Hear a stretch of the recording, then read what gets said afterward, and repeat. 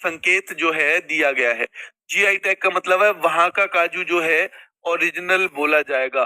बाहर के काजू को मंगाकर उस पे वहां के काजू का लेबल लगाकर कोई नहीं बेच सकता है, उसके खिलाफ कार्रवाई की जाएगी। ठीक है, ये जीआई टैग चेन्नई में एक रजिस्ट्री है उसके द्वारा दिया जाता है। किसके द्वारा?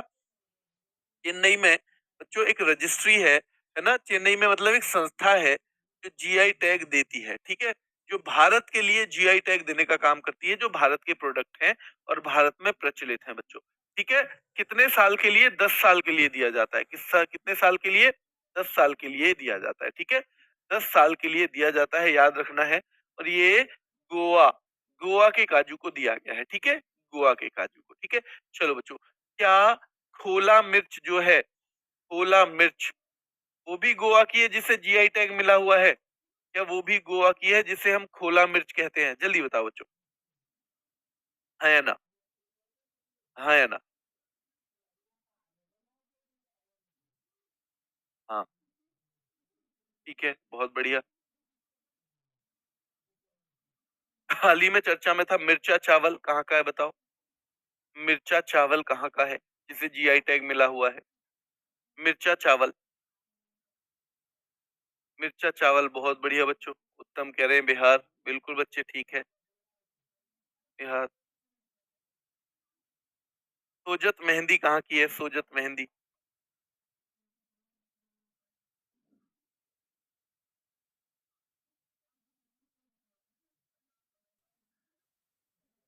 सोजत मेहंदी कहाँ की है? राजस्थान। पणजी, राजधानी है इसकी पणजी बच्चों।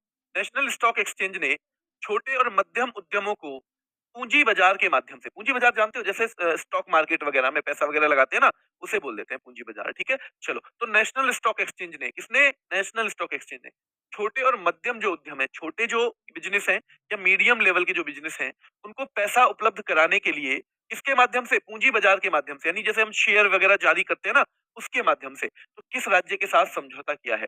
किस राज्य के साथ? तो ये समझौता किया गया है पश्चिम बंगाल के छोटे और मध्यम उद्यमों को धन जुटाने के लिए।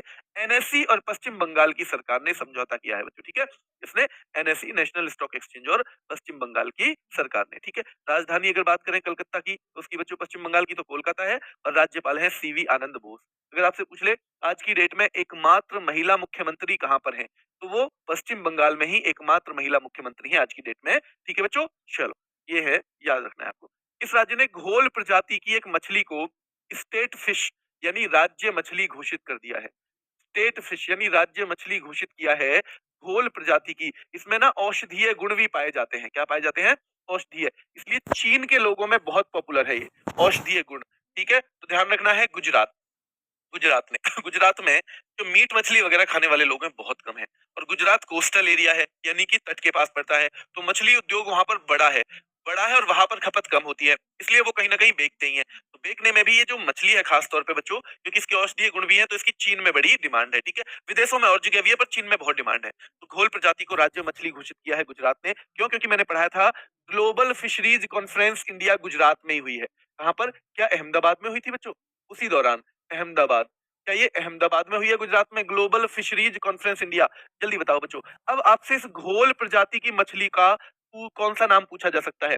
दूसरा नाम भी पूछा जा सकता है बच्चों। ठीक है, दूसरा उसका नाम है black spotted Crocker. Black spotted Crocker के नाम से भी इसे जाना जाता है। ठीक है बच्चों, घोल मछली को ब्लैक स्पॉटेड क्रॉकर के नाम से भी जाना जाता है। ठीक है, इसके अलावा इसे ना सौंदर्य प्रसाधन, मछलियों से क्या होता है, कई बार दवाई भी बनती है। कुछ लोग जो है क्या बनाते हैं, सौंदर्य की चीजें भी बनाते हैं, यानी कि जो सुंदर रहे लोग इसलिए वो दूसरों का खून पी जाते हैं बच्चों। ठीक है, चलो, तो ध्यान रखना है ये बच्चों, इसका जो उपयोग सौंदर्य जो चीजें हैं, सौंदर्य यानी ब्यूटी के लिए जो चीजें, जो ब्यूटी प्रोडक्ट वगैरह हैं, उनके लिए भी किया जाता है। और ये ब्लैक स्पॉटेड क्रॉकर नाम भी आपको जरूर याद करना पड़ेगा। जरूरी नहीं है वह घोल मछली पूछे, वहाँ ये भी पूछ सकता है। ठीक है, चलो, चलो बच्चों, ये हो गया।